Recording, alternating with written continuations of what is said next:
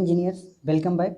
और आज हम लोग एक नए टॉपिक के साथ आगे बढ़ेंगे। हालांकि ये इस पर वीडियो हम बना चुके थे स्टोरेज ऑफ बिल्डिंग मटेरियल्स में एज पर CPWD के जो भी गाइडलाइंस हैं उसके अकॉर्डिंग हम लोग बना चुके थे। लेकिन उस वीडियो में एक तो ऑडियो का थोड़ा प्रॉब्लम हो गया था और जो भी उसमें मटेरियल्स, बहुत सारे मटेरियल्स हम एक साथ ले लिए थे, like cement, bricks, tiles, pipes, ये सब का एक साथ ले लिए थे। तो थोड़ा सा मीन्स थोड़ा लेंदी हो गया था।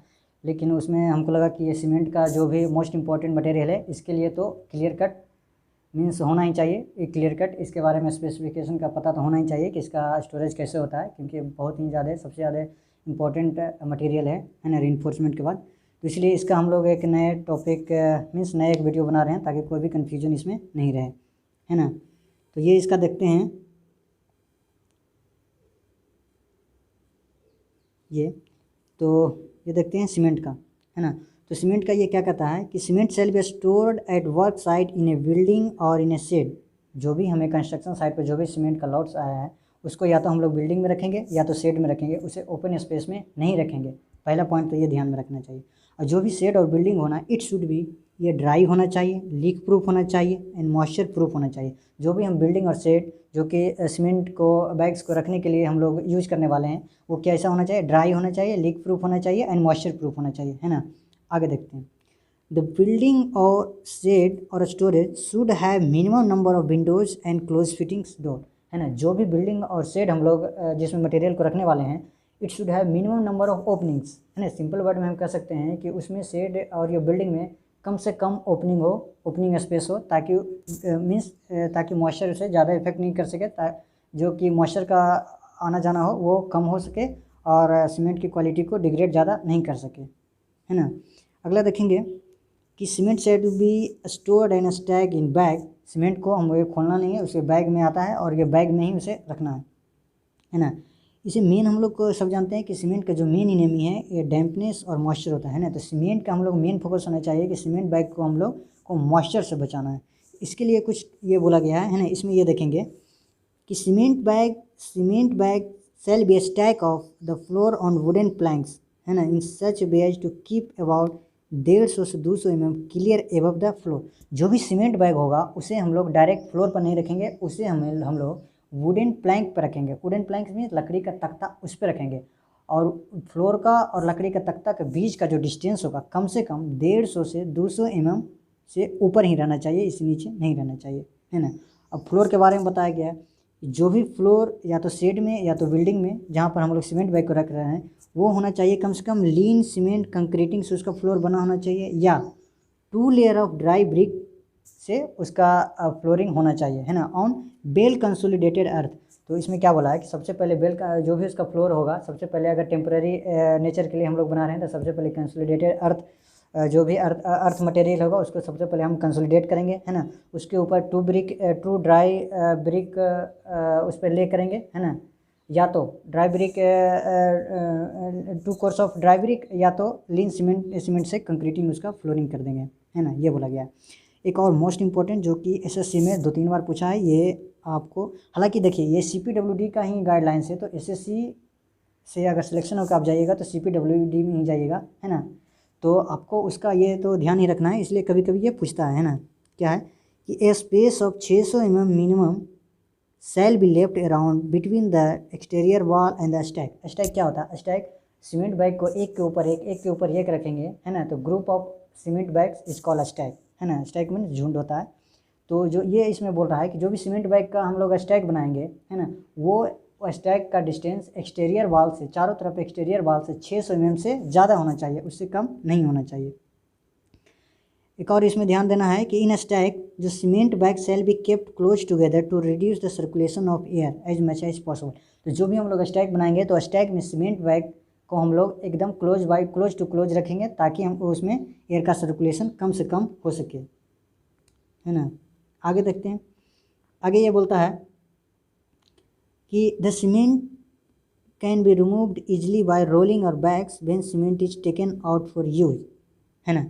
ये बोलता है कि सीमेंट को हम लोग इस प्रकार से स्टैक करेंगे कि उसका मीन्स उसका क्या कहते हैं, ट्रांसपोर्टेशन, वहाँ से अगर कहीं साइड पर ले जाना हो, है ना, तो वो आसानी से हो सके, कन्वीनियंटली हो सके, ये कहता है।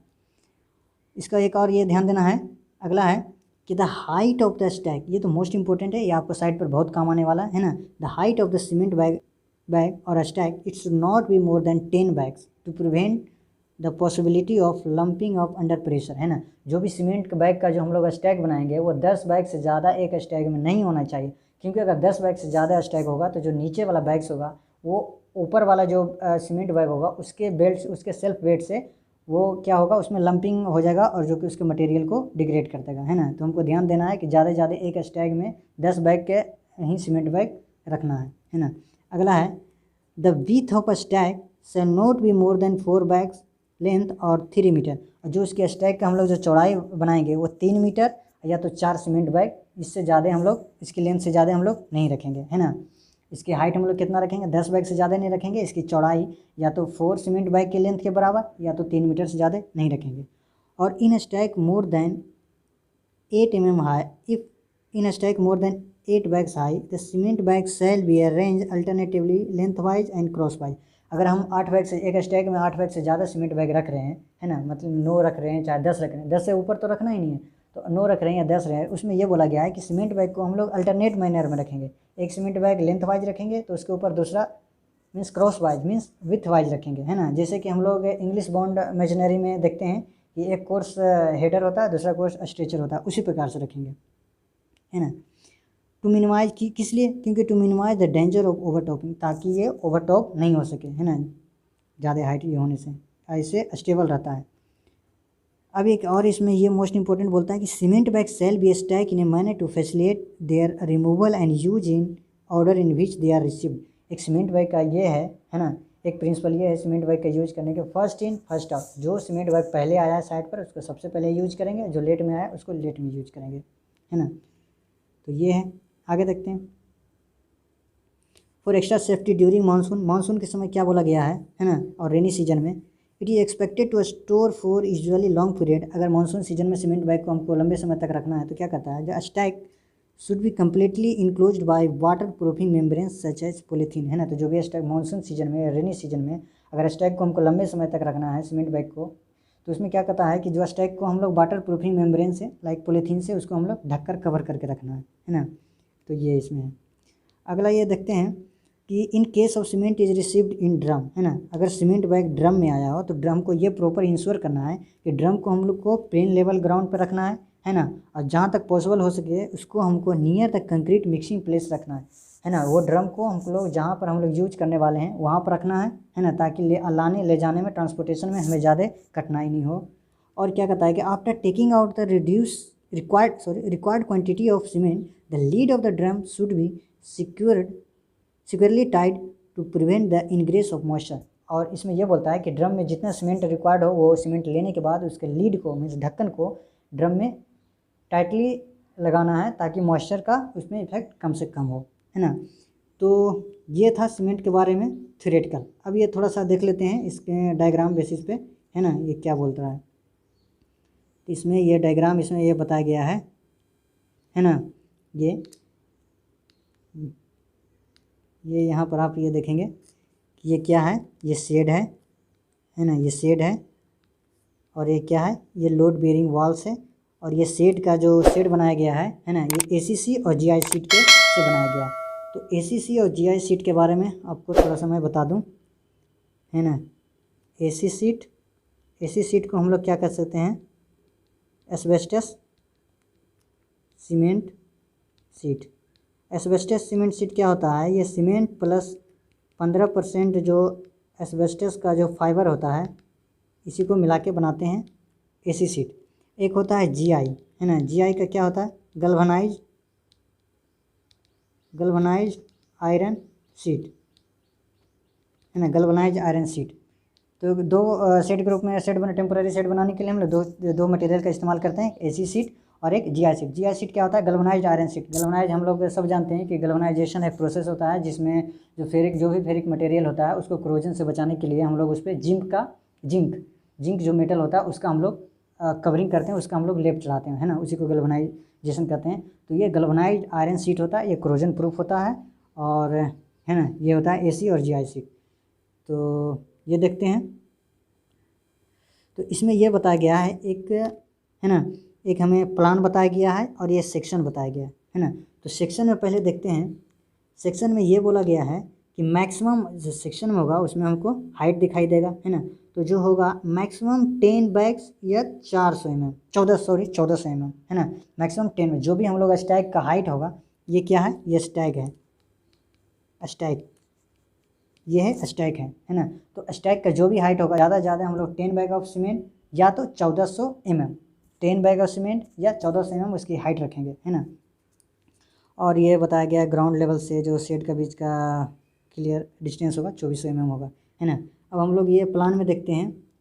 प्लान में यहाँ से क्वेश्चन पूछता है ना। इसे हम लोग स्टैक 1 मान लेते हैं, इसे स्टैक हम लोग बी मान लेते हैं, है ना। ये पैसेज आने जाने के लिए, है ना, चाहे सीमेंट को लाने ले जाने के लिए। तो ये बोला गया था कि जो भी हम लोग स्टैक बनाएंगे उसका एक्सटर्नल वॉल से डिस्टेंस कितना होना चाहिए, 600 mm क्लियर डिस्टेंस होना चाहिए। और एक स्टैक और दूसरे स्टैक के बीच का भी डिस्टेंस 600 mm होना चाहिए, है ना। ये ध्यान देना, ये एसएससी में पूछा गया क्वेश्चन है। तो हमें जो भी सीमेंट का स्टैक बनाएंगे वो क्या होगा, एक्सटर्नल जो भी बाल होगा, एक्सटीरियर जो भी बाल होगा उससे 600 mm, है ना। और जो भी दो स्टैक के बीच का भी डिस्टेंस होगा वो भी 600 mm, दोनों क्लियर डिस्टेंस इतना पे होना चाहिए। और इसका विड्थ कितना होना चाहिए, 1400 mm, है ना। हाइट हम लोग देख लिए, 10 बैग सीमेंट बैग के इक्वल होना चाहिए, उससे ज़्यादा नहीं होना चाहिए, ये 1400 mm होना चाहिए, है ना।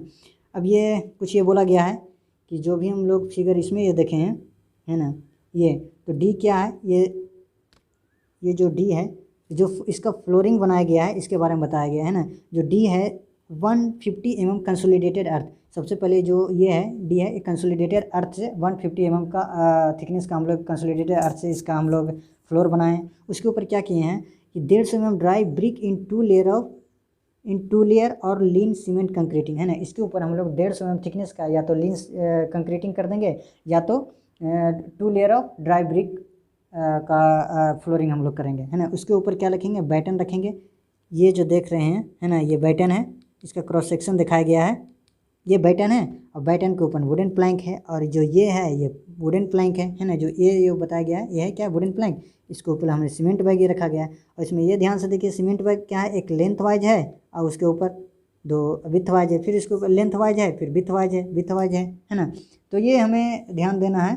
और ये जो था यही जो CPWD जो भी गाइडलाइंस करता है उसका यही था स्पेसिफिकेशन। आपको साइट पर, आई एम श्योर आपको साइट पर ये बहुत ही ज़्यादा हेल्पफुल होगा, है ना। तो आज तक के लिए इस वीडियो में तो इतना ही।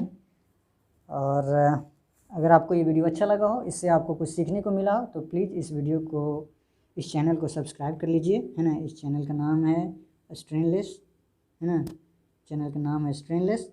और इसको प्लीज़ सब्सक्राइब कर लीजिए। अगर आपको अच्छा लगा हो तो सब्सक्राइब कर लीजिए, नहीं अच्छा लगा हो तो आप इसको डिसलाइक कीजिए और हमें कमेंट में बताइए, है ना। तब तक के लिए थैंक यू।